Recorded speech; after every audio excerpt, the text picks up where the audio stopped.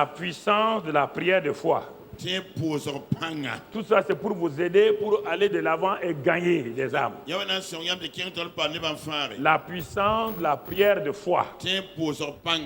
Nous avons vu, frères et sœurs, depuis ces deux mois là, nous avons vu un ensemble de choses. Et nous avons vu la parole, l'importance de la parole de foi. Et nous avons commencé à développer la foi sous plusieurs formes. La foi triomphante. Nous avons parlé de toutes ces choses-là. Aujourd'hui, nous allons parler de la puissance de la prière de la foi, de la prière de foi. Donc, cela est très très important. Regardez, frères et sœurs. Et lorsque nous regardons ce que la parole de Dieu nous dit, on va voir quelque chose d'important dans la parole de Dieu. Qui est Dieu? Pourquoi il veut la prière? Dieu dit que sans la foi, il est impossible de lui plaire. Ça veut dire quoi? Cela veut dire sans la parole de la foi et la prière de la foi et l'acte de foi, on ne peut pas plaire à Dieu. C'est individuellement. Donc vous comprenez?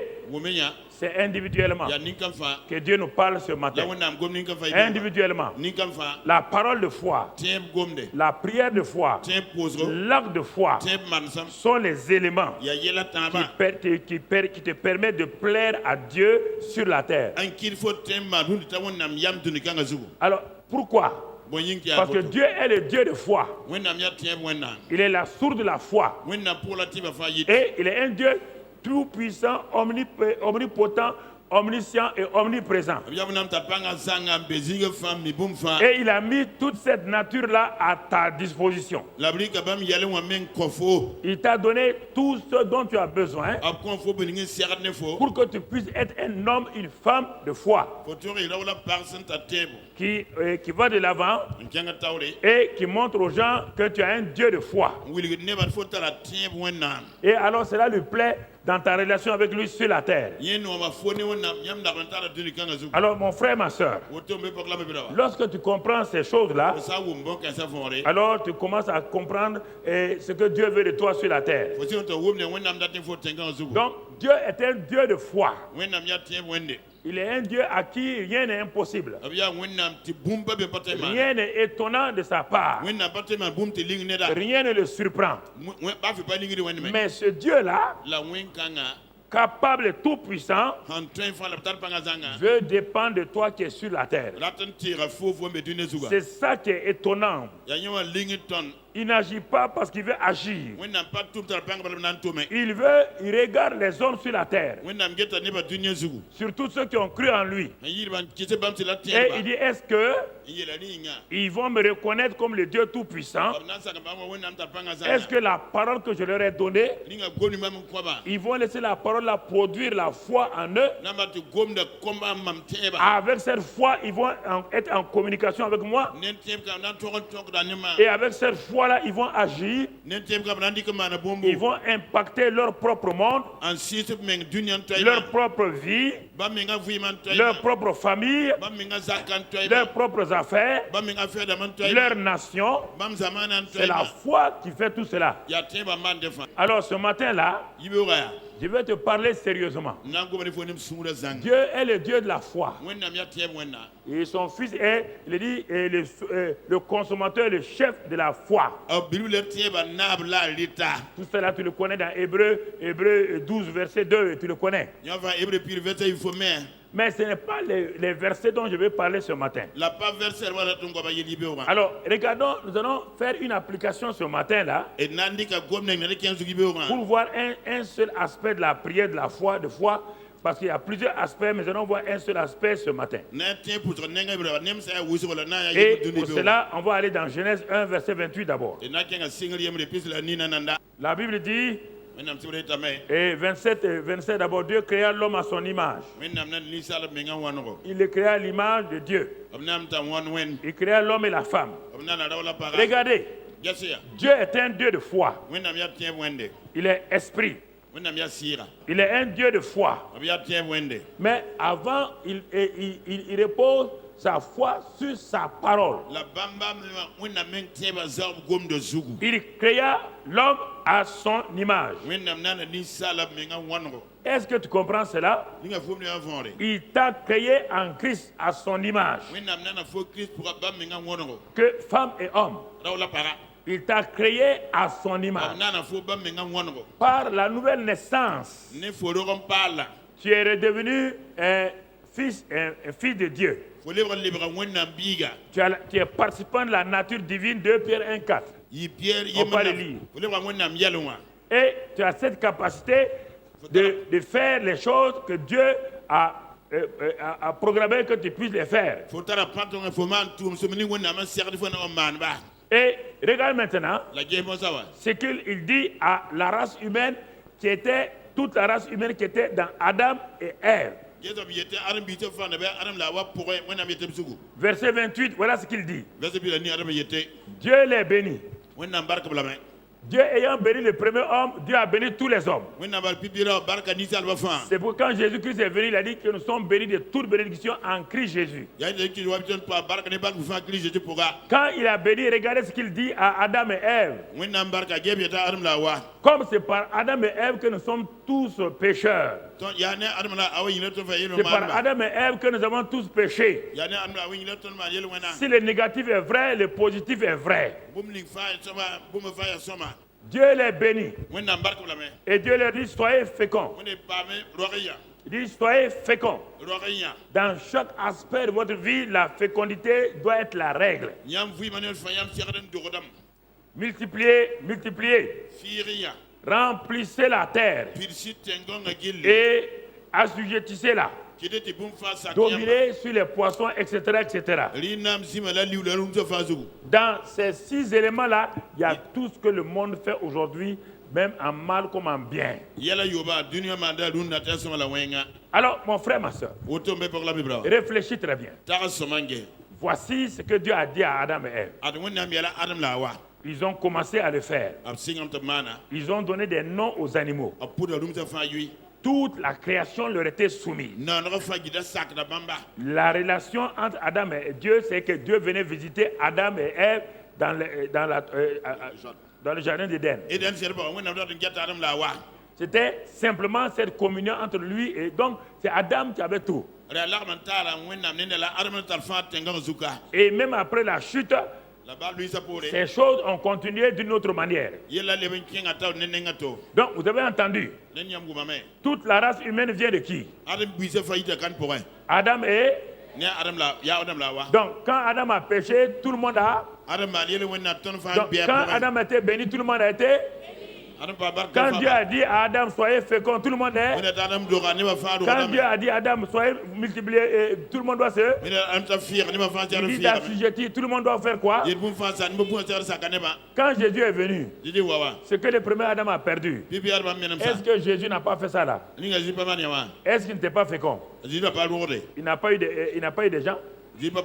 Est-ce qu'il ne s'est pas multiplié? Il s'est multiplié en nous, oui ou non? Est-ce qu'il n'a pas assujetti le monde? Il n'a pas dominé les vents, les tempêtes? Il n'a pas dominé Satan? Mon frère, ma soeur. Et puisqu'il est revenu commencer cette race d'hommes, c'est pourquoi il dit maintenant, il nous bénit aussi. Pour qu'on soit fécond et qu'on multiplie. Ensuite, mon frère, ma soeur, écoute-moi très bien. Je veux que tu comprennes la puissance de la prière de foi. Et ensuite, nous allons voir un autre verset dans Exode 23, verset 25. Exode 23, verset 25. Exode 23, verset 25, la Bible dit ceci. Mon frère, quand ils sont à Canaan maintenant, regarde les promesses de Dieu à Canaan, la terre promise.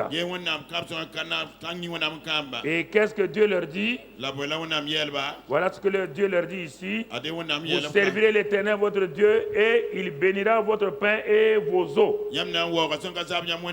Et j'éloignerai la maladie du milieu de vous. Il n'y aura dans ton pays ni femme qui avorte ni femme stérile. Je remplirai le nombre de tes jours. Regardez dans la terre, et Dieu a parlé généralement à Adam et Ève et à toute l'humanité. Mais ces choses-là devaient se passer quelque part. Comme Adam et Ève ont été chassés, et Dieu va les ramener à travers Adam, Abraham. Et quand ils vont, avant de rentrer, Dieu dit à Moïse, dis à mon peuple là, je ne suis pas un Dieu qui change. Écoutez-moi très bien. Il me semble que certains d'entre vous ont un Dieu qui change tous les mois ou tous les semestres. Et il y a un Dieu que vous devez limiter dans votre vie par vos manières de vivre, par vos paroles. Jusqu'à présent, vous n'avez pas pris Dieu au sérieux. Je vous dis la vérité. Hein. Vous ne connaissez pas Dieu. Vous ne le connaissez pas. Je vous dis à votre honte. Vous avez mis des limites à Dieu. Vous avez amené, Dieu dit, je vous ai créé à ma ressemblance. Vous avez amené Dieu à votre ressemblance. Dieu dit, je vous ai créé à mon image. Vous avez amené Dieu à votre image. Dieu amène le plus petit à être comme le plus grand. Et le plus grand lutte pour et le plus petit lutte pour amener le plus grand à son image. Dieu dit, si je viens à votre image, il n'y aura rien dans votre vie. Si je vous ressemble, je ne peux rien faire. Je vous ai dit, je vous ai créé à mon image, à ma ressemblance. Est-ce que tu peux t'asseoir et regarder ça attentivement? Homme de Dieu, femme de Dieu, est-ce que tu peux t'asseoir? C'est comme ça que je fais, je m'assois. Mais je suis à genoux. Quand je vois une parole de Dieu, je m'assois jusqu'à ce que ça pénètre. Je ne cherche pas des secrets pour venir prêcher aux gens, non. Dieu dit qu'il m'a créé à son image. Et en Christ Jésus, cela est devenu une réalité. Je suis devenu une nouvelle création en Christ. Dieu m'a donné d'être participant de la nature divine. Dieu me dit, ce que tu as vu mon fils faire, cela est possible dans ta vie si tu fais comme mon fils. Le problème, c'est que vous fermez votre Bible et vous cherchez des solutions avec les hommes limités. C'est ce qui vous crée des difficultés. Alors, je m'assois, je regarde ce que Dieu me dit. Moi, Mamadou Karambri, je suis créé à l'image de Dieu. Je suis une nouvelle création. Je suis participant de la nature divine. En ce temps, je suis dans ma chambre. Je suis seul. Je regarde ce que Dieu dit. Je regarde le miroir de Dieu. Le miroir de Dieu, c'est la parole. Je peux être couché, mais ça ne fait rien. Je repasse les paroles là en moi. Quelqu'un peut me trouver peut-être en train d'être relax. Non, je suis en train de mettre en moi les paroles de Dieu. Donc, à l'image de Dieu. Et maintenant, Dieu dit ici, quand vous allez entrer en Canaan, Abraham dit à tes descendants là, que la terre promise que je leur donne là, nous on a plus qu'une terre promise, nous avons un royaume. Eux, ils n'avaient qu'une simple terre promise. Nous avons le royaume des cieux. Mais attendez, regardez la terre promise. Il dit, quand vous serez dans la terre promise là, malgré le fait que vous avez péché, malgré le fait qu'Adam est tombé, et que l'Adam nouveau n'est pas encore venu, il n'est pas encore venu. Moi, Dieu, je ne change pas. Dans le pays de la promesse, où vous allez entrer, dans ce pays, j'ai décrété que lorsque vous me servirez, je vais bénir votre pain et vos eaux. Je vais éloigner la maladie du milieu de toi. Il n'y aura dans ton pays ni femme qui avorte, ni femme stérile. Et ensuite, je remplirai le nombre de tes jours. Il y a beaucoup de choses, mais je vais marquer ça ce matin, c'est ça qui m'intéresse ce matin. Donc, ils ont entendu. Alors, Abraham a dit ça. Il a dit à Isaac. Isaac a dit à Jacob.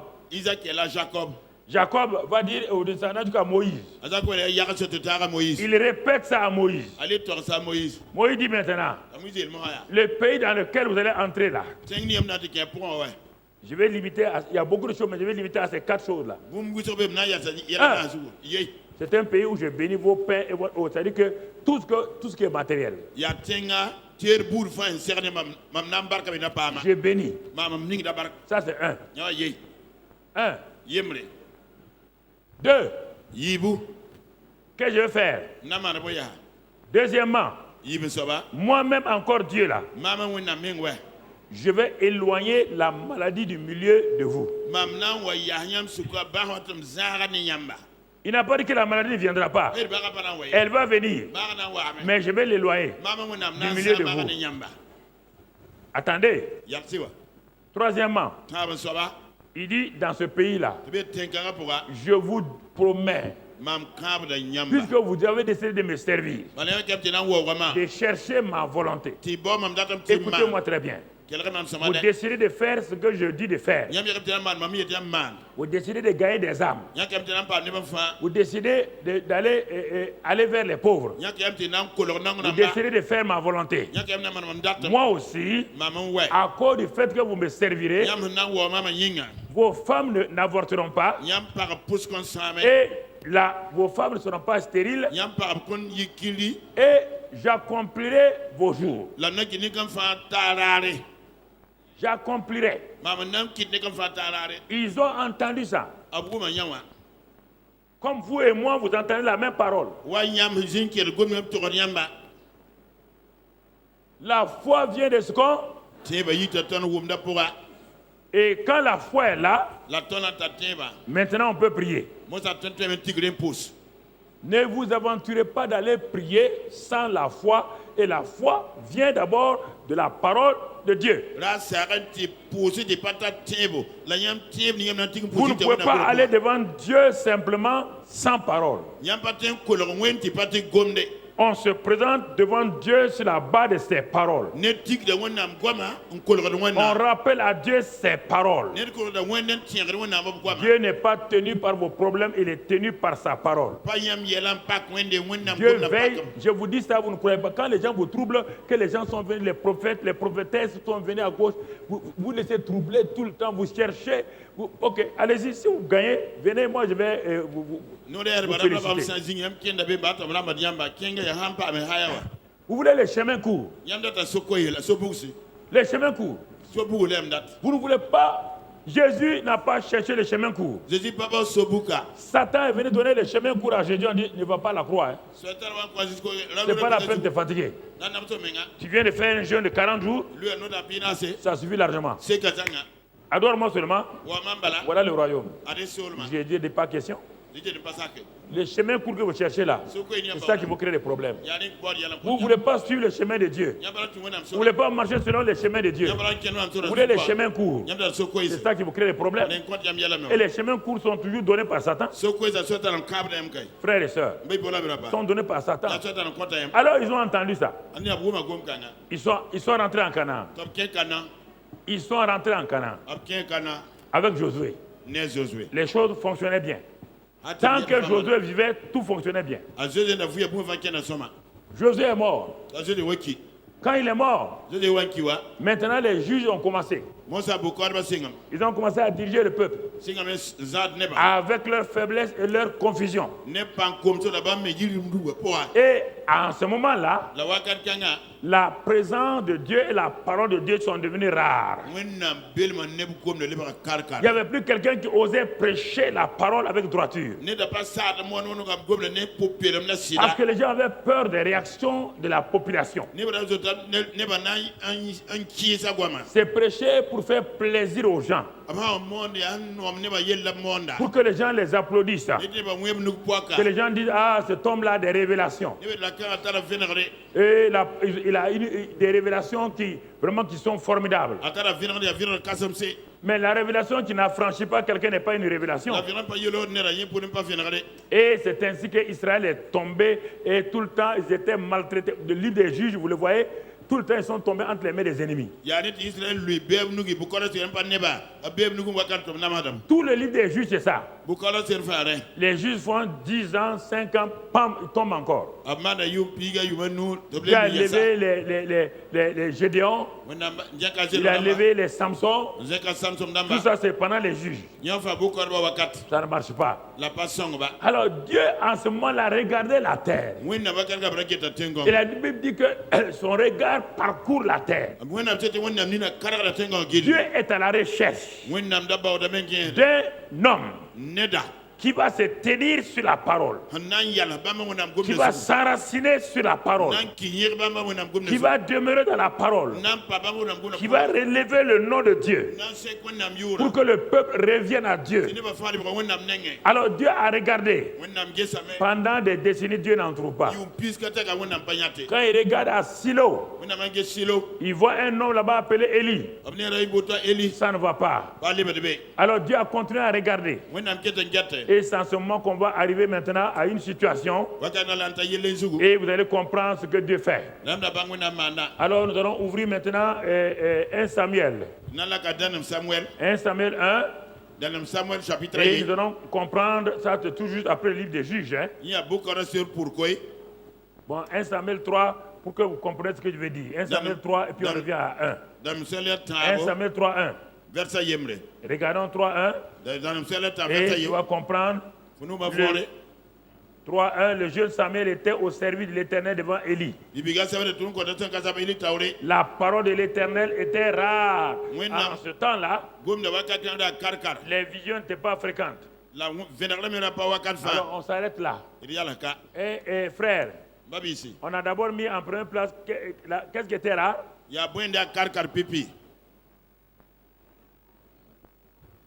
Qu'est-ce qui était rare?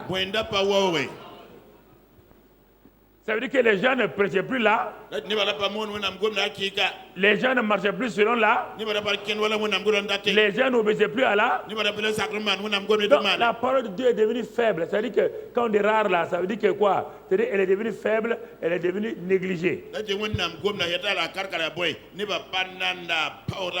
Si vous avez lu avant, on dit que chacun suivait ses voies. Dans le livre, chacun suivait sa voie. C'est aujourd'hui, c'est la même chose. Chacun apparaît avec sa doctrine. Chacun apparaît avec son titre. Chacun apparaît avec son ministère. Mais la parole de Dieu elle-même, elle était rare. Elle était rare. Chacun avait une définition de la parole de Dieu.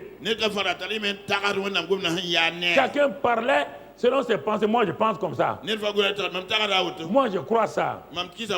Mais est-ce que Dieu a dit? Non, ce n'est pas important. L'autre prophète a dit comme ça. Tel prophète a dit comme ça. Est-ce que Dieu a dit? Non, mon frère. Tu ne connais pas le prophète là? Il a déjà prophétisé, beaucoup de choses sont passées. Les féticheurs prophétisent, les choses se passent. Ou bien, tu ne sais pas ça? Les marabouts prophétisent, les choses se passent. Tu ne sais pas ça? Sinon, pourquoi les marabouts et les féticheurs allaient réussir? Ce qu'ils disent là, parfois, il n'y a pas des choses vraies là-dedans. Mais vraies dans quel sens? Pas dans le sang de Dieu, dans le sang de l'ennemi. Alors mon frère, ma soeur, c'est pas parce que quelqu'un t'a dit quelque chose ça s'est passé, c'est vrai. Est-ce que Dieu a été élevé? Est-ce que Dieu a été exalté? Est-ce que Dieu a été glorifié? Est-ce que ce qu'on t'a dit là, ça t'a rapproché de Dieu? Ça t'a fait aimer Dieu? Ça t'a fait craindre Dieu? Ça t'a fait obéir à Dieu? Mais des choses qu'on prophétise sur toi, qui montrent ton ego, ta puissance, sans que Dieu ne reçoive pas la gloire, c'est des choses vaines. La parole était rare. Est-ce qu'on a dit qu'il n'y a pas de sacrificateur? Est-ce qu'on a dit qu'il n'y a pas de temple? Est-ce qu'on avait dit qu'il n'y avait pas l'arche de l'Éternel? L'arche était là. Les sacrificateurs étaient là. Tout le monde était là. Mais la parole n'était pas là. La parole n'était pas là. Dieu a tout fait, tout par quoi? Rien n'a été fait sans quoi? Alors, est-ce qu'il pouvait faire quelque chose? Rien. Il y avait scandale dans le temple de Siloé. Le temple de Silo, ça veut dire de l'envoyer. C'est là-bas qu'il y avait des scandales. Des scandales. Parce que tout le monde écoute des histoires, mais personne ne s'attache à la parole de Dieu. Alors, qu'est-ce qui va se passer? Nous allons voir. On revient à 1 Samuel 1 maintenant. Samuel chapitre 1 Samuel 1 maintenant. Il y avait un homme donc de Ramathaïm, de la montagne d'Éphraïm, nommé Elkana. Verset 2. Il avait 2 femmes, dont l'une s'appelait Anne, l'autre Pénina. Pénina avait des enfants, mais Anne n'en avait point. On va voir, on va s'arrêter là. Oh, c'est terrible. Et les gens ne comprennent pas l'importance de la parole de Dieu. Dans ce temps de la confusion, de la rareté de la parole, dans ce temps où les choses n'allaient pas à la confusion, Dieu nous présente un tableau, une famille, un homme, Elkana, qui avait 2 femmes, Pénina et Anne. Anne veut dire grâce. Pénina, ça veut dire une épine, quelque chose qui fait du mal à quelqu'un. Et celle qui semblait vivre mal là a eu des enfants. Dieu veut nous apprendre quelque chose ici. Et celle qui s'appelle Anne, la grâce de Dieu, tout semblait être sécheresse autour d'elle. Et tant que vous n'allez pas comprendre ça, vous pensez que quand il y a ça là, c'est un homme de Dieu qui va regarder bien. Elle s'appelle Anne, la grâce, et le Dieu de grâce est là. Rien ne se passe dans sa vie. Elle était stérile.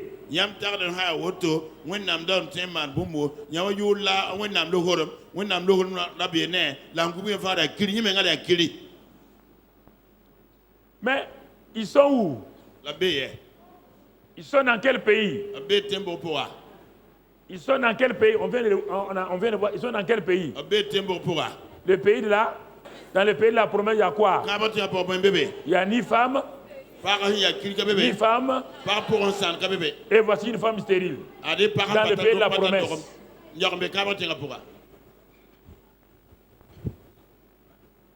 Voici une femme stérile. Dans le pays où Dieu a décrété qu'il n'y aura pas de femme stérile, il n'y aura pas de femme qui avorte.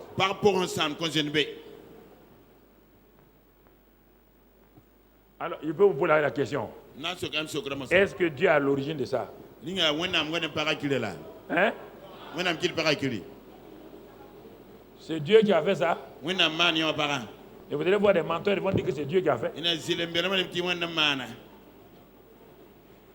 Dieu a déjà fait quoi? Dieu a parlé.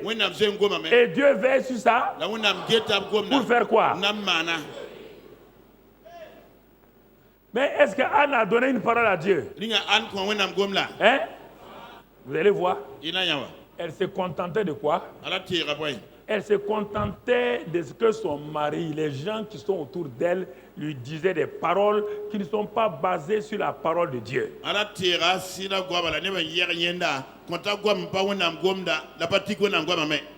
Elle faisait comme l'une des femmes de Jacob qui disait « Donne-moi un enfant, sinon je meurs ». Mais Jacob dit « Mais c'est moi qui donne des enfants ».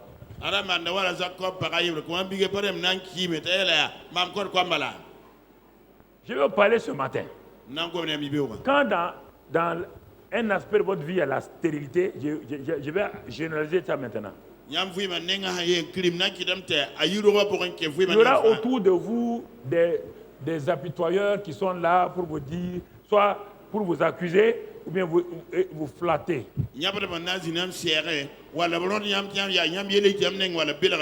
Anne a eu ces deux groupes de gens.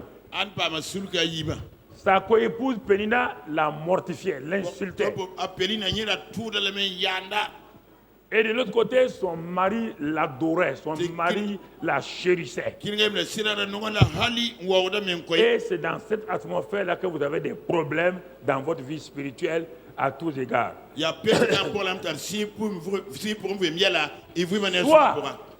Soit vous tombez dans le piège de Pénina. Ah, mais tu n'as pas eu ton enfant encore. Tu n'as pas eu ton travail encore. Tu n'as pas eu ton mari encore. Tu n'as pas eu ta femme encore. Tu n'as pas eu ta guérison encore. Les Péninas sont toujours autour de vous, vous accusant. Et en ce moment-là, vous allez pleurer. Et Anne pleurait. Ça, dans tous les domaines de votre vie. Il y a des gens qui vous font pleurer parce que vous n'êtes pas basé sur la parole de Dieu. Deuxième groupe de gens, c'est le groupe des Elkana. Ceux qui vous font des promesses à tel point qu'ils disent des bêtises. Le mari dit à Anne, je vaux mieux que plusieurs enfants. Est-ce qu'un mari peut valoir plus que des enfants? Un mari est un enfant est un. Et les gens écoutent ça. Oui. Dans la vie, là, vous avez ces deux groupes. Des gens qui viennent s'asseoir sur vous, s'apitoyer sur vous. Ou bien, ils viennent vous dire, ma soeur, on a vu tel homme de Dieu, viens, on va aller ici, tel homme de Dieu. Tu sais, le pasteur Karambiri, il prêche bien. Mais il y a des gens qui ont une puissance. Okay. Dans chaque situation que vous traversez, il y a les Pénina, il y a les Elkana. Voilà les deux groupes. Vous ne pouvez pas vous en sortir, c'est deux groupes seulement. Ceux qui vous flattent, ceux qui disent on va prier, ceux qui disent on va faire ceci, non, il n'y a pas de problème. Mais ce n'est pas un problème, mon frère. Tes faiblesses ne sont pas un problème. Comme tu fais ça déjà pour Dieu là, Dieu même voit. Ça c'est africain. Hein? Ça c'est les gens de ton village. Dieu voit quoi? Oui. Et pendant des années, elle partait en pèlerinage avec toute sa famille à Silo. Elle allait à Silo. Et dans le temple, il y avait la présence de Dieu. Mais jamais on a vu Anne, ni Elkana, ni Pénina entrer dans la présence de Dieu.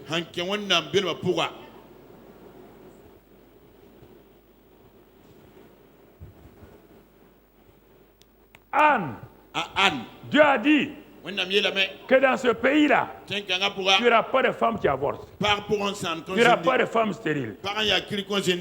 Et le Dieu qui a parlé, sa présence est dans le temple là où tu vas là. La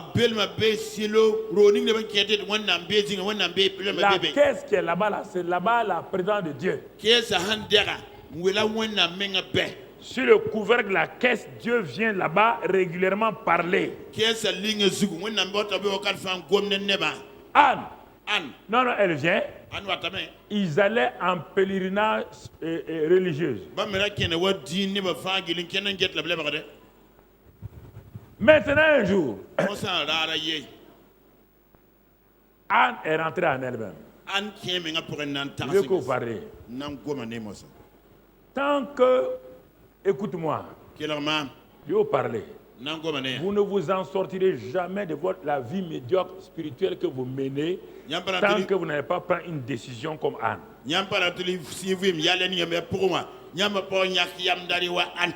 Ok. Anne pleurait. Dieu regardait Anne. Mais Anne ne s'adresse pas à Dieu. Anne se laisse dorloter par les paroles mensongères de son mari. Mon frère, ma soeur, Anne se lamentait. Anne se contentait des paroles mensongères de son mari. Aucune forme de prière, mais dans la vie de Anne. Pourquoi? Je vais donner quelques éléments pourquoi la prière, la foi n'est pas manifestée dans la vie de plusieurs. Un,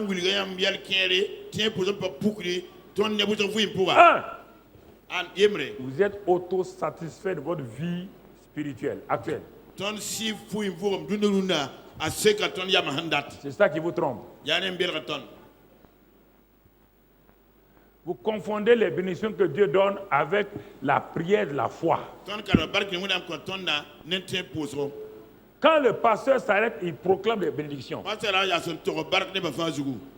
C'est sa foi qui manifeste les bénédictions sur ta vie. Alors tu peux avoir un bon travail, tu peux avoir un bon mari, tu peux avoir une bonne femme, tu peux avoir beaucoup de choses. Ça c'est la proclamation de l'homme de Dieu qui est venu. Et sa prière pour le peuple de Dieu, Dieu l'entend comme Moïse faisait, Dieu l'entend et Dieu exauce. Mais il y a ta part personnelle. Et à cause de cela, tu peux être autosatisfait de la vie que tu mènes actuellement. Tant qu'un homme ou une femme est autosatisfait, Dieu ne fait rien. Une vie mélangée, c'est une vie de séduction. Une vie de mensonge. Parce que ta relation avec Dieu, tu l'as remplacée avec les bénédictions et les œuvres que Dieu met dans tes mains.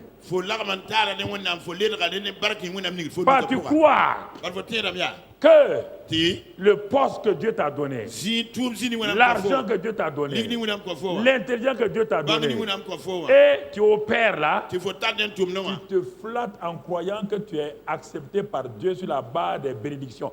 Les bénédictions ne font pas accepter quelqu'un aux yeux de Dieu.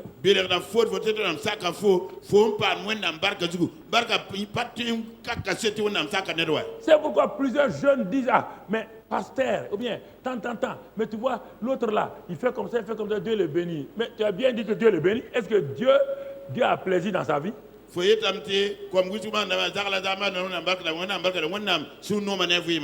copiez pas des bonnes choses, vous copiez des mauvaises choses. C'est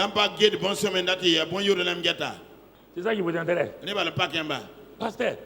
Ah, mais si Dieu n'était pas pour cette femme-là, on l'a vu ici, elle n'avait rien. Maintenant, aujourd'hui, elle est devenue millionnaire. Ce n'est pas la preuve que Dieu, qu'elle plaît à Dieu. Voici, votre vision est trop étroite. Vous ne comprenez pas la vérité. Vous confondez la bénédiction et la prière de la foi qui vous rapproche de Dieu, qui vous lie à Dieu, qui vous fait rentrer en amitié avec Dieu, qui donne à Dieu de prendre plaisir quand il vous regarde, de prendre plaisir à vous. Et beaucoup de gens tombent dans ce piège-là. C'est ça, frères et sœurs.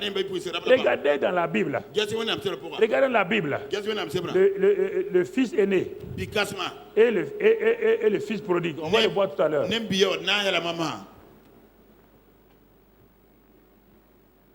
Le fils prodigue est parti avec les bénédictions du papa. La prospérité du papa était avec lui. Mais il manquait quoi? Il manquait quoi? Là. Très bien. Il avait les bénédictions sans la présence.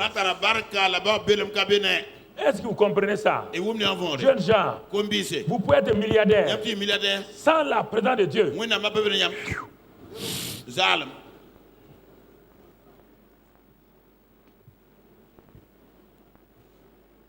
Il avait la bénédiction. Salomon a eu la bénédiction. Il a perdu la présence. Ça l'a détruit. N'oubliez pas que la fin d'une chose vaut mieux que son commencement. N'oubliez pas ça. Hein?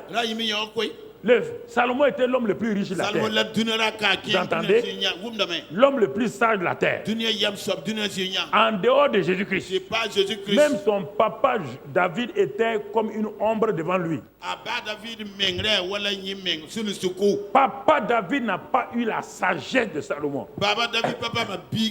Il n'a pas eu la richesse de Salomon. Le monde entier courait. Il a rendu l'or et l'argent comme des cailloux. Il a détruit la loi économique de la rareté. Parce que la loi économique dit pour qu'un bien soit économique, il faut qu'il soit rare. Salomon a brisé ça. Il y avait l'or et l'argent, tout le monde avait ça comme des cailloux. Mais la Bible dit quoi? Que Dieu s'est mis en colère contre lui. Parce que la présence de Dieu, il ne l'honorait pas.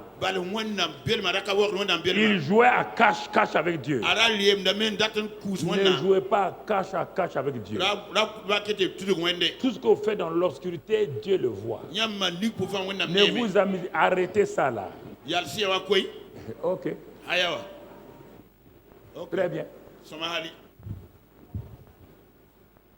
L'autosatisfaction est un frein à la vie de prière de la foi.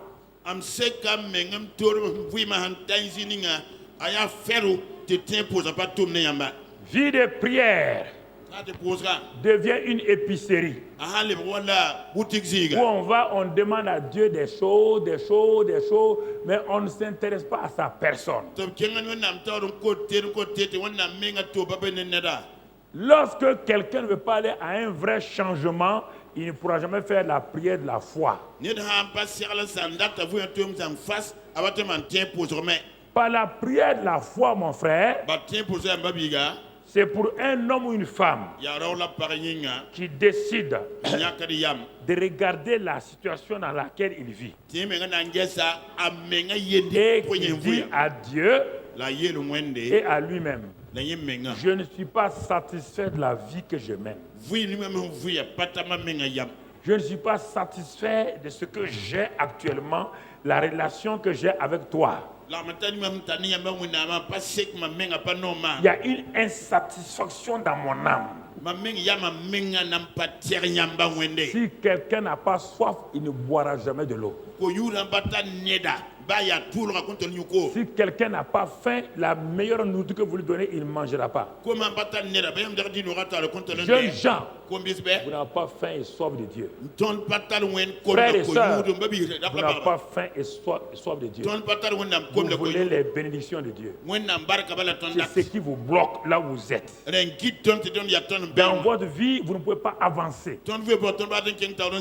Mon frère, ma sœur, les gens disent: ah, je vais lutter. On ne peut pas lutter. On va de progrès en progrès. Et c'est la prière de la foi qui vous fait avancer. La prière de la foi vous fait avancer.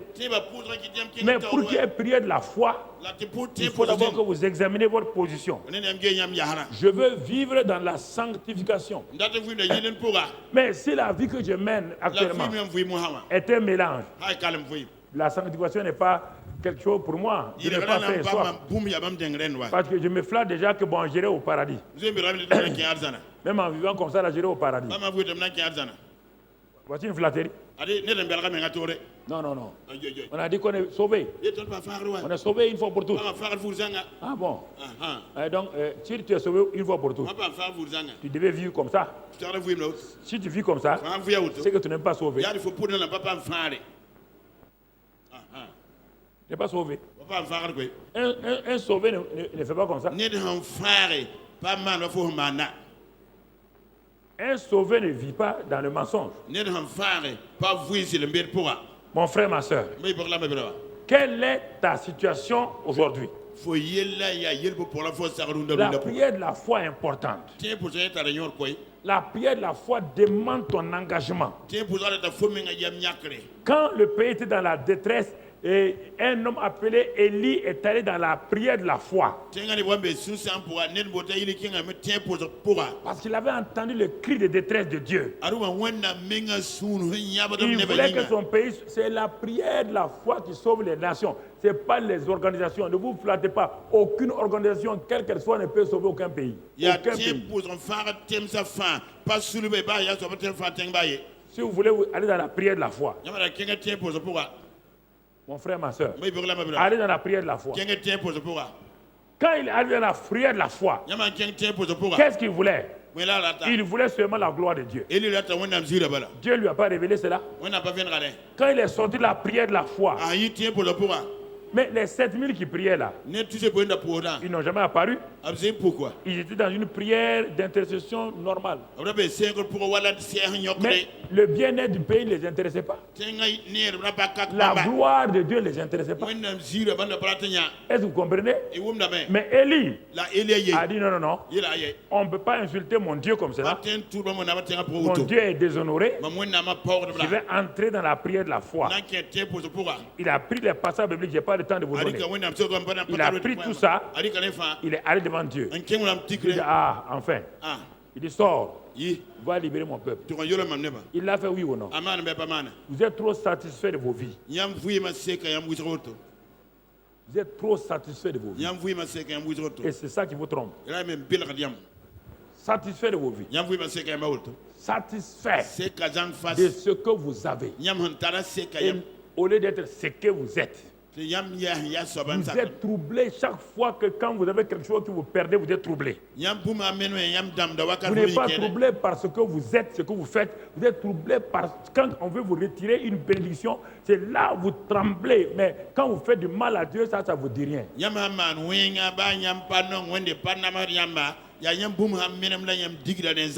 Mon frère, ma soeur, il y a des choses que nous devons bien comprendre.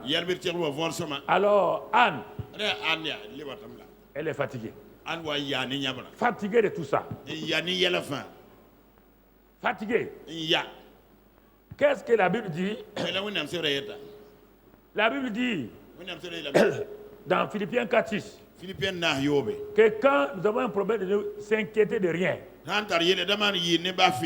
mais d'aller dans la présence de Dieu. Qu'est-ce que la Bible dit encore? Dans Hébreux 4, 15, 16. Qu'il y a un trône de la grâce.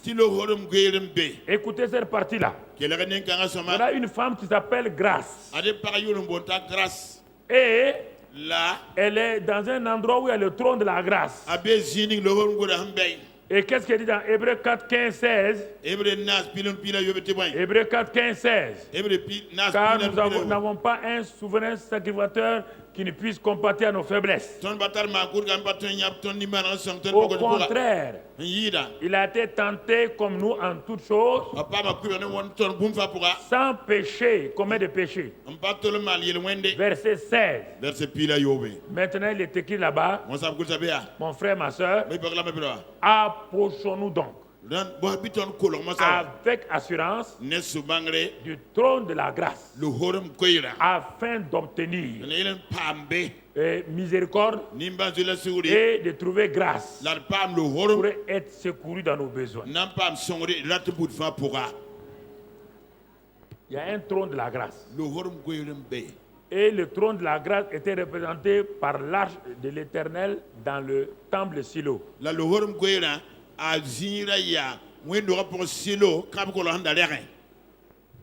Le trône de la grâce était là où Anne partait. Mais quand elle partait là-bas, au lieu de s'occuper de la présence de Dieu, elle écoute Pénina, elle écoute son mari. Vous savez pourquoi vous n'avancez pas? Pourquoi vous n'êtes pas exaucé? Vos oreilles écoutent trop le monde, Satan, au lieu d'écouter Dieu. Et votre bouche parle mal. Et c'est pourquoi Dieu ne s'intéresse pas à votre situation. Il ne s'intéresse pas. Pourquoi, mon frère, ma soeur? Regarde. Anne. Anne est là. Anne marche. La grâce de Dieu est là. Le trône de la grâce est là. Mais elle ne s'est jamais approchée. On dit approchez-vous. Elle est restée loin. Elle voulait des intermédiaires. Elle voulait des intercesseurs. Elle voulait des prieurs. Elle voulait des prophètes. Alors que quand Dieu la regarde, la personne que Dieu cherche là, la personne c'était Anne. C'était cette femme que Dieu cherchait. Mon frère, ma soeur, écoute-moi ce matin sérieusement. Mon ami, mon frère, il y avait Anne, la grâce. Dieu dit, Anne, laisse tomber Elkana. Laisse tomber Périna. Vous vous préoccupez pour les femmes les jeunes femmes qui n'ont pas encore d'enfants. Vous vous préoccupez des paroles de vos belles-mères. Vous perdez votre temps. Vous êtes préoccupé parce que les gens disent de vous ce que les gens pensent de vous. Mais vous ne partez pas au trône de la grâce. Arrêtez.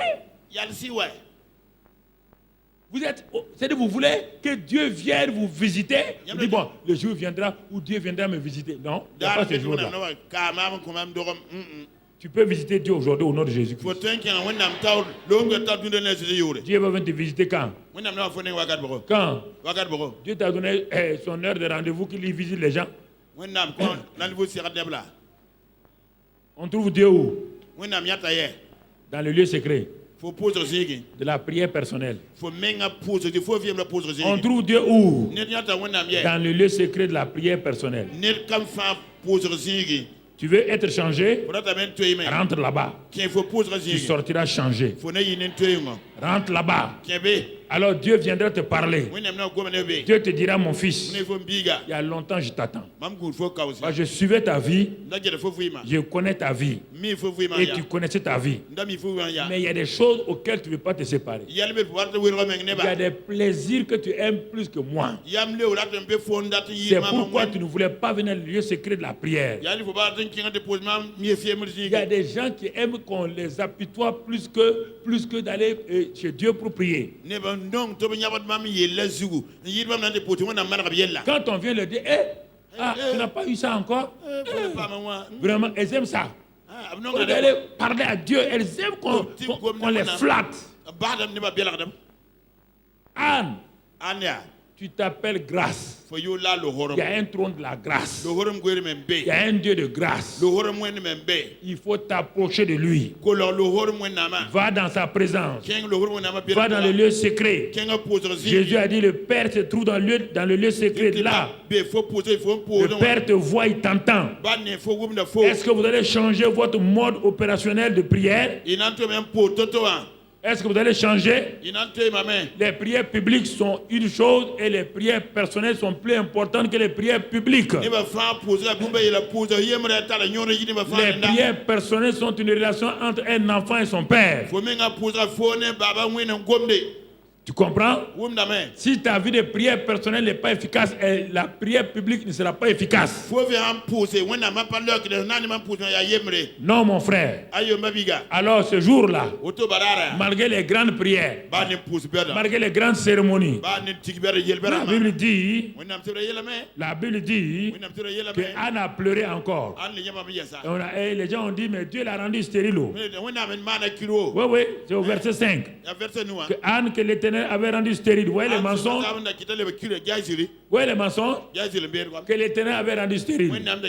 Dieu dit, dans le pays, il n'y aura pas de femmes qui avortent. Et de femmes de quoi? Et les gens mentent dans le même pays que Dieu a rendu les gens stériles.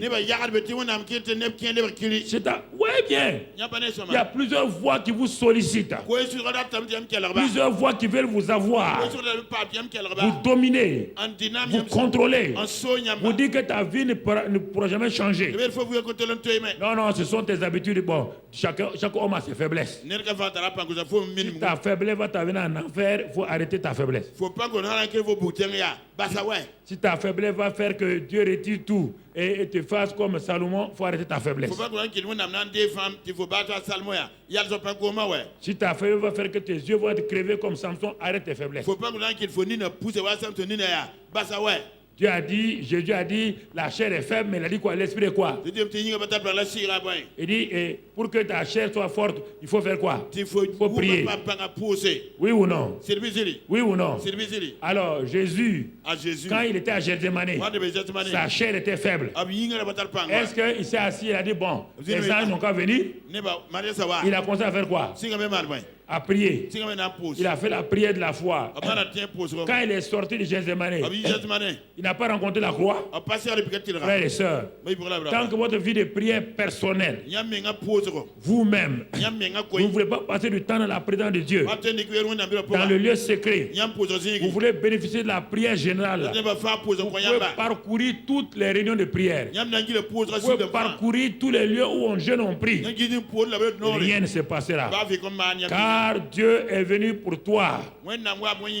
Il est venu pour et que tu sois son enfant. Il est venu que tu vives avec lui. Frères et sœurs, c'est ça qui est important. Important dans la vie d'un homme ou d'une femme. Alors la Bible dit au verset 9 de 1 Samuel, Anne se leva. Anne se... Est-ce que tu vas te lever? Non, c'est important. Ce n'est pas un message ce matin de la chair, c'est un message de l'esprit. Anne se leva. Enfin, elle a compris que si elle reste là, maintenant qu'elle vient d'entendre que Dieu l'a rendue stérile. Le verset 5. Elle a entendu ça, non? Que Dieu, c'est Dieu qui l'a rendu stérile. Qu'est-ce qu'elle a fait? Elle dit, donc, c'est Dieu qui m'a rendu stérile. Donc, je vais aller voir Dieu. Si c'est lui qui m'a rendu stérile, je croyais que j'avais un problème physique. Je croyais que mes trompes ne fonctionnaient pas. Je croyais que mon utérus ne fonctionnait pas. Je croyais que l'ovulation ne marchait pas entre mon mari et moi. Mais on me dit que ce n'est pas tout ça là. C'est Dieu qui t'a rendu stérile. C'est pas difficile. Mon mari, laissez tes gigots là, garde-les. Pénina, je te pardonne. Je te pardonne. Je veux faire quoi? Elle s'est levée. Et elle est allée où? Elle est allée où? Dans la présence de qui? La grâce rentre dans la présence de qui? Du Dieu de la... Elle va aller poser des questions à Dieu. Puisqu'on a dit que c'est Dieu qui l'a rendu stérile. Puisqu'on dit Dieu t'a rendu malade. Puisqu'on te dit que c'est le temps. Pourquoi tu ne parles pas devant Dieu? Au lieu de murmurer. Vous croyez que en parlant de vos situations aux gens, ça va vous changer? Est-ce qu'il y a un seul homme qui n'a pas de problème sur la terre? Vous voyez là? Il y a eu un déclic en Anne. Ah non, elle dit trop, c'est trop. Pourquoi Dieu va me rendre stérile moi? Ah non, je vais aller chez lui. Au lieu de vous révolter, pourquoi je vis cette vie-là? Cette vie de défaite. Est-ce que Satan est plus fort que Dieu? Entrer dans la présence de Dieu. Vous me répondre ici, hein? Vous devez aller rentrer dans la présence de Dieu. Vous devez rentrer. Vous avez traité Dieu de menteur jusqu'à présent. Vous l'avez traité d'incapable. Vous l'avez traité d'un Dieu qui n'est capable de purifier, de sanctifier quelqu'un. Si vous êtes un homme, si vous êtes sérieux, allez dans la présence de Dieu. Allez-y, lui dis ça. Si vous êtes un champion, entrez là-bas. Que la vie de péché que vous menez là, c'est ça. Allez, va dire à Dieu. La vie de mélange que vous avez. Mélangez le mensonge et les choses. Si tu es courageux, va chez Dieu. Va lui dire. Il faut arrêter de vous tromper. Dieu rend stérile les gens. Dieu, quel est ce Dieu-là? Est-ce que vous allez vous arrêter de jouer avec Dieu? Vous croyez qu'en allant dans les lieux de prière, là, on va vous aider? Celui qui prie pour voir les problèmes? Ou bien, mon frère, ma soeur, ne vous laissez pas accuser forcément par Satan. Allez chez Dieu. Arrêtez d'être hypocrite. Allez chez lui. La vie que je mène là, Seigneur, est-ce que toi en moi je peux continuer à mener cette vie? S'il se tait, c'est qu'il voit que tu n'es pas sérieux encore. Pourquoi Dieu se tait devant beaucoup de gens? Parce que tu n'es pas sérieux. Il voit que tu n'es pas sérieux. Il voit que tu viens tout juste pour entendre sans obéir. Dieu ne répond pas à ça. Frères et sœurs, elle se leva. Elle a laissé tous les groupes. Elle est allée dans la présence de Dieu. Le jour que vous allez vous lever, vous allez vous décider. Ces jours-là, il y aura un changement. Les proclamations de l'Église ne vont pas vous changer. Elles vous apportent des bénédictions. Elles n'apportent pas un changement. Votre changement, c'est au trône de la grâce. Dans le lieu secret, vous apportez vos fardeaux. Vous apportez vos péchés. Vous apportez votre vie de faiblesse. Vous apportez tout honnêtement. Et restez là-bas. Posez des questions à Dieu. Et vous sortirez transformés. Jacob a trop lutté dans le faux. Trop.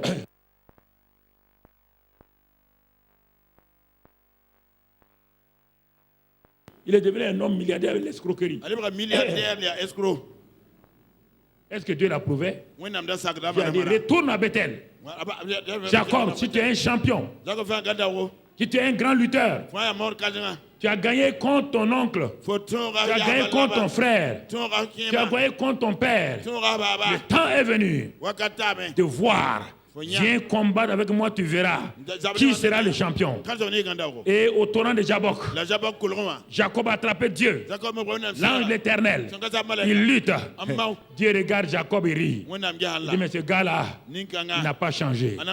Et Dieu le frappe à sa hanche. Et Dieu dit, quel est ton nom? Il dit, je m'appelle menteur. Dieu dit, répète encore. Est-ce que tu veux changer? Il dit, la mort est devant moi. Esaü est devant moi. Je ne peux pas échapper. Tu as échappé à Esaü. Premièrement, tu as trompé ton père. Tu as trompé ton oncle. Mais maintenant, la mort est devant toi. Jacob, tu as le dos contre le mur. Ce n'est plus amusement. C'est une décision. Décide maintenant. Décide. Jacob a accroché. Il dit, je ne te laisserai partir. Ça n'est assez. Chaque fois je suis venu, je t'ai laissé partir. Quand tu m'as rencontré là-bas, dans la brousse, tu as ouvert le ciel. J'ai posé une pierre. Je t'ai laissé partir. Chaque fois, tu as envoyé des anges. Je t'ai laissé partir. Maintenant, la mort est là. Je ne te laisserai pas partir. Non, Seigneur, je veux un changement. Je veux une transformation. Dieu l'a changé. Quand il a changé, est-ce qu'il a rencontré Esaü? Est-ce qu'il est mort? Est-ce que vous allez décider? Vous allez décider? Vous voulez continuer à vous flatter? Quand vous êtes béni? Tout l'argent de Jacob là, il est devenu pauvre en un seul coup. Regardez un homme qui a lutté. Vous ne comprenez pas. Hein? Si vous ne comprenez pas les voies de Dieu, vous pouvez avoir une opération terrible sur vous et vous avez... Jacob était riche, oui ou non? Je vous pose la question. Quand il arrive au torrent de Jabbok, Jacob était quoi? Il était quoi maintenant? Il était quoi? Donc, si son frère voulait là, il prenait toutes ses femmes, oui ou non? Tous ses enfants. Toutes ses richesses sont parties où? Chez qui? Jacob il est venu nu. Il est nu maintenant. Faites attention. Faites attention. Ne vous laissez tromper par les gens. En un clin d'œil, il a perdu sa famille, son argent, sa position, tout. Et Jacob était seul. La bénédiction peut disparaître en un clin d'œil. Mais pas la présence de Dieu. La prière de la foi, elle est entrée. Elle est entrée. Elle ne s'est pas laissée influencer par l'homme de Dieu. L'homme de Dieu était assis. La femme ne regarde plus aucun. Le jour que vous avez arrêté de regarder le visage de vos maris, de vos femmes, de vos frères, de vos oncles, et vous allez entrer dans le lieu secret, saisir les pans de sa robe, saisir comme la femme à la perte de sang. J'irai. Je vais saisir les pans de sa robe. Je ne m'intéresserai pas si quelqu'un est là. Ce jour-là, vous sortirez changé. Il faut arrêter de vivre dans la médiocrité. Si vous mourrez dans ça, vous ne verrez pas Dieu. Allez-vous le saisir? Allez-vous dire non, ça n'est assez maintenant? Ça n'est assez de vivre comme ça. Elle est partie devant l'arche. Depuis le matin, elle a lutté. Sa chair dit sort. Je ne sortirai pas. Je ne sortirai pas sans l'enfant. D'abord, elle était intéressée par son intérêt. Un enfant, je veux un enfant. Plus elle restait, elle a changé sa prière. Je ne veux plus un enfant. Je veux un serviteur que je vais te prêter. Dieu dit enfin. La prière de la foi, c'est ça. C'est que je suis prêt à te donner. Tu es prêt à le donner à Dieu. Est-ce que tu es prêt pour ça? C'est ça le problème. La richesse que tu veux donner à qui? Vous voulez remplir vos comptes en banque? C'est après votre mort qu'on va prendre ça pour donner à quelqu'un? Vous voulez des enfants pour faire quoi? Pour que les gens arrêtent de se moquer de vous?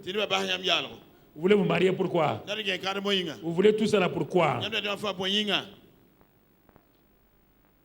Vous voulez tout ça pourquoi? Quand elle s'est désintéressée, elle dit l'enfant là, que tu vas me donner, je vais te le prêter toute sa vie, te le donner. Donc Dieu dit même si tu n'as plus un autre enfant, il dit oui. J'ai compris maintenant que faire plaisir à Dieu c'est mieux que d'avoir des choses pour soi. Vous pleurez pourquoi? Vous voulez quelque chose pour que les gens arrêtent de se moquer. Vous pleurez pourquoi? Vous voulez une position pour qu'on dise que malgré votre diplôme, c'est ça votre problème. Dès que Dieu vous donne ça, vous disparaissez. La preuve est qu'aujourd'hui, le peu que vous avez déjà, vous êtes auto-satisfait. Donc mon frère, ma soeur, elle a crié. Quand elle a crié, à la fin, elle est devenue comme muette. C'est son cœur qui se répandait. Son cœur répandait les flots. Devant toi, Seigneur, je répands mon âme. Devant toi, tu viens devant Dieu pourquoi? Tout le temps, toi, tu veux avoir la guérison. Si tu as la bonne santé, c'est pourquoi? C'est pour aller te promener encore, faire tes bêtises. Tu veux la bonne santé pour ça?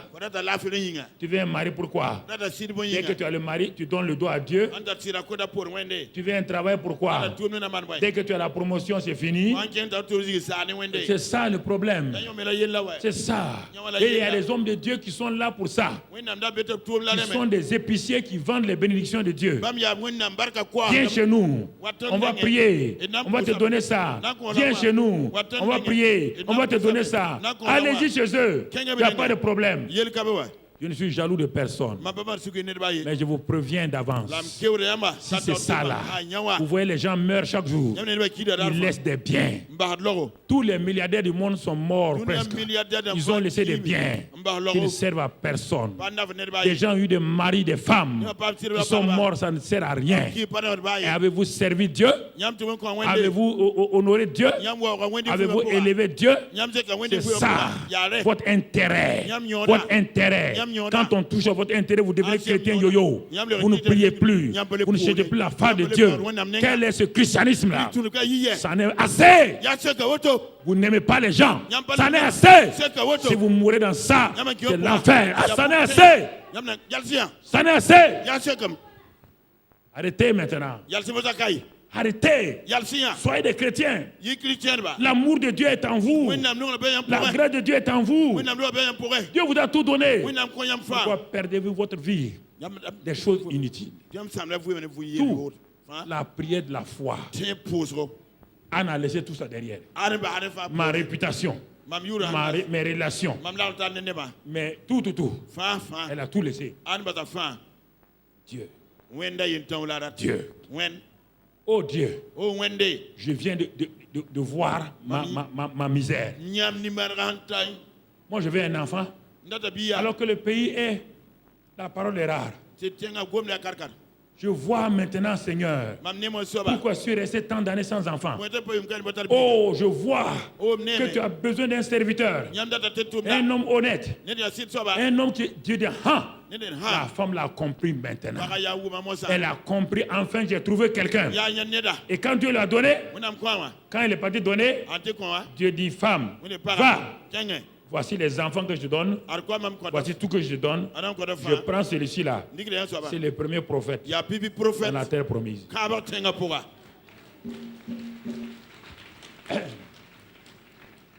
C'est le premier prophète de la terre promise. C'est pourquoi il est passé dans la Bible, on dit que si Samuel se lève.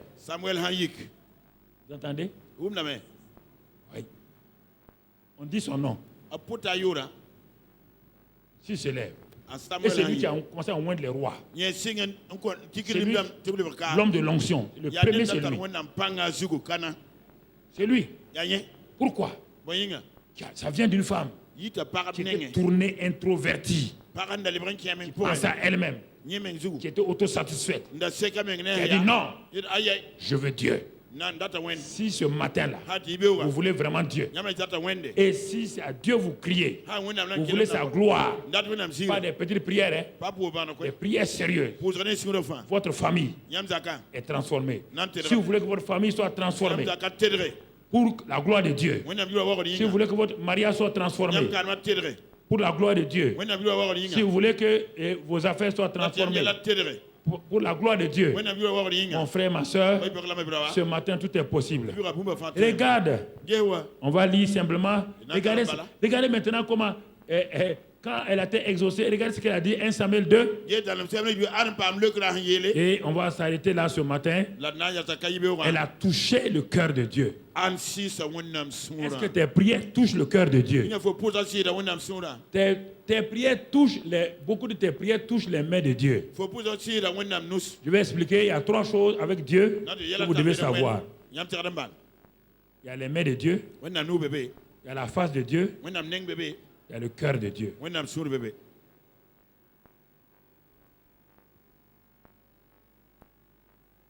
Les prières que vous cherchez là, cherche les choses qui sont dans la main de Dieu. Bénédiction, prospérité, élévation. Ça, ce sont ses mains. Vous êtes ses enfants, Dieu vous les donne. Dieu maintenant s'attend à ce que vous fassiez quoi?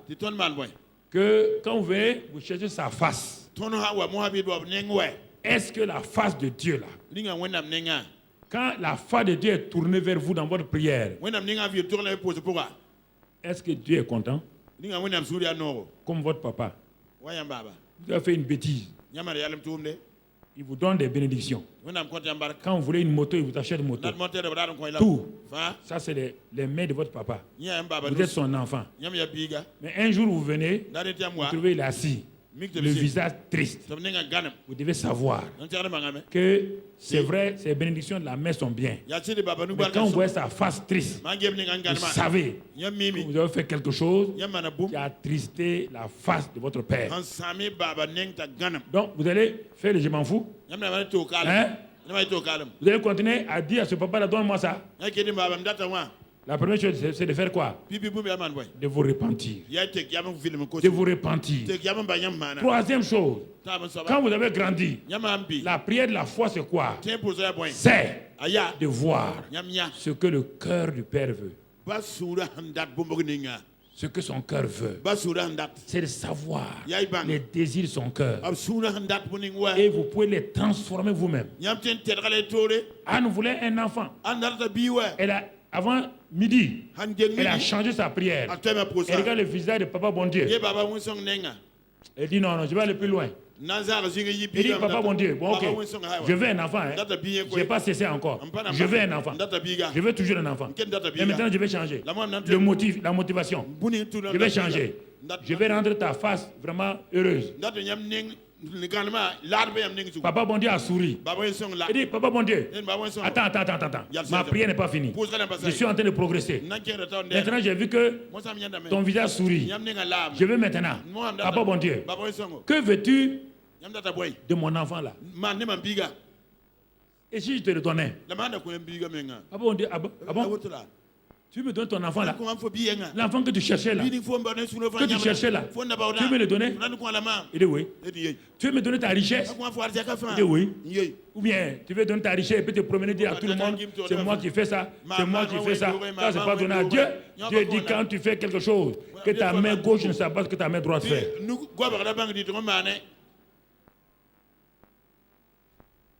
C'est ça. Elle dit, Papa Bon Dieu, l'enfant là-haut, si je l'ai, c'est bien. Mon mari sera content. Puis il ne va plus m'insulter. Et tout ça, c'est intéressé. Est-ce que tu as un désir dans ton cœur? Papa Bon Dieu est étonné. Hein? Une femme qui veut faire ce que mon cœur veut là. Parce qu'elle veut. Ça. Tu veux le poste là. Tu veux que Dieu te bénisse dans l'association là. C'est pourquoi. C'est pourquoi ton nom soit grand. C'est pourquoi les gens disent, ah, toi, tu étais comme ça. On t'a méprisé, maintenant tu veux devenir grand. Tu veux ça pourquoi? Ce que tu demandes, tu pleures là. Tu veux ça pourquoi? Quand elle a dit, non, moi je vais toucher le cœur de papa. Je te donne l'enfant. Maintenant, elle a touché quoi? Le cœur. Touché le cœur de Dieu. Le cœur. Et Dieu dit ok. Il dit au ciel, décret. Il sera né à cette femme-là un enfant. Donnez son nom, Samuel. Et qu'est-ce que. Regardez, la femme a compris ça. Amène-moi un Samuel 2. Et on va terminer par là. Regardez, ça c'est maintenant. Anne prière dit, mon cœur, vous voyez bien, mon cœur se réjouit en l'Éternel. Mon cœur se réjouit. Ma force a été relevée par l'Éternel. Ma bouche s'est ouverte contre mes ennemis. Car je me réjouis de ton secours. Et il continue. Nul n'est saint comme l'Éternel. Il n'y a point d'autre Dieu que toi. Regardez comment maintenant cette femme qui murmurait, qui pleurait, regardez. Il n'y a point d'autre Dieu que toi. Il n'y a point d'autre rocher comme notre Dieu. Elle découvre toutes les caractéristiques de Jésus. Ne parlez plus avec tant de hauteur. Elle dit aux orgueilleux que l'arrogance ne sort plus de votre bouche. Car l'Éternel est un Dieu qui sait tout. Est-ce que vous savez ça? La femme l'a dit que l'Éternel est un Dieu qui sait tout. Il n'y a rien dans ta vie qui est caché. Même si tu veux parler de façon... Non, Dieu sait, avant que tu nous parles, il sait tout. Et par lui sont pesées toutes les actions. Toute action que tu poses, hypocrite ou pas, Dieu paie ça et trouve que c'est léger. Fais attention. C'est pourquoi je refuse d'être hypocrite avec moi-même à plus fort raison avec les autres. Non, je refuse. Puisqu'il voit tout, il sait tout.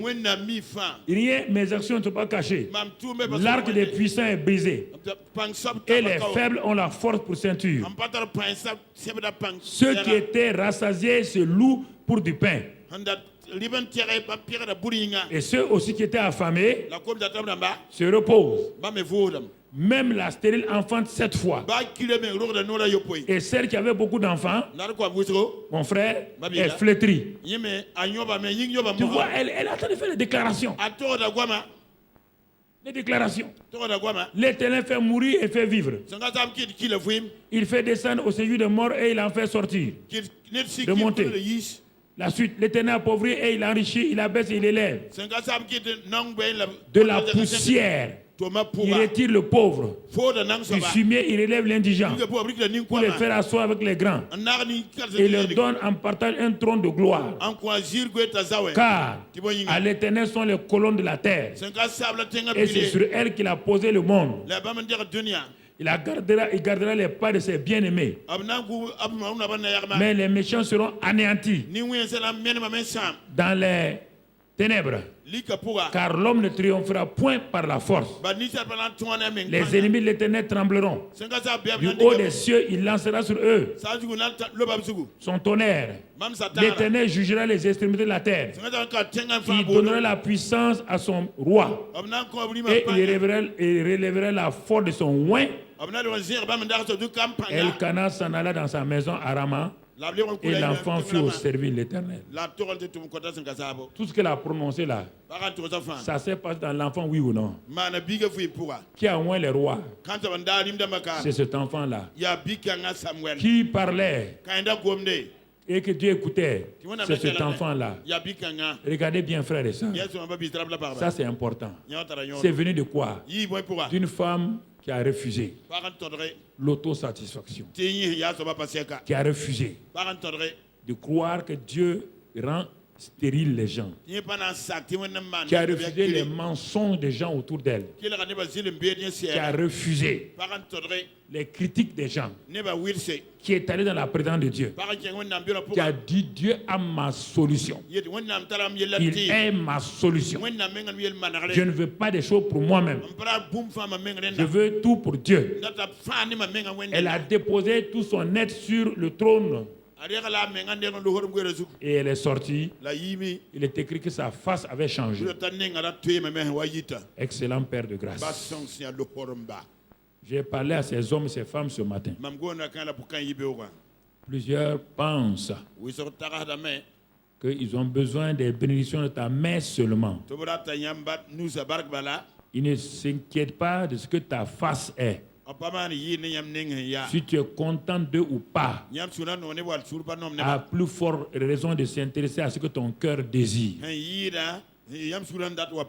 Ce sont les chrétiens qui vivent seulement au niveau de tes mains. Ils veulent des bénédictions. Mais Seigneur, ce matin, comme Anne, donne à chacun de découvrir que vivre à ce premier niveau ne nous amène pas loin. Nous avons besoin de connaître les prières qui font bouger la face de Dieu. Des prières qui amènent les choses secrètes de son cœur à se réaliser. Père, nous voulons arrêter de nous satisfaire nous-mêmes de cette vie mitigée que nous menons, de cette vie mélangée. Mais Jacob avait cette vie mélangée. Tu l'as sauvé. Seigneur, Salomon a eu cette vie mélangée, il n'a pas voulu. Il a mal terminé. Samson a mal terminé. Oh Dieu, éloigne de nous toutes ces situations afin que nous soyons des disciples qui se livrent à toi. Père, nous ne voulons pas regarder les bénédictions de tes mains. Nous voulons découvrir ta face et ton cœur. Donne-nous de progresser à ce niveau et que la gloire revienne à ton nom. Sois béni et sois loué, Père. Au nom de Jésus. Amen. Amen. Acclame le Seigneur.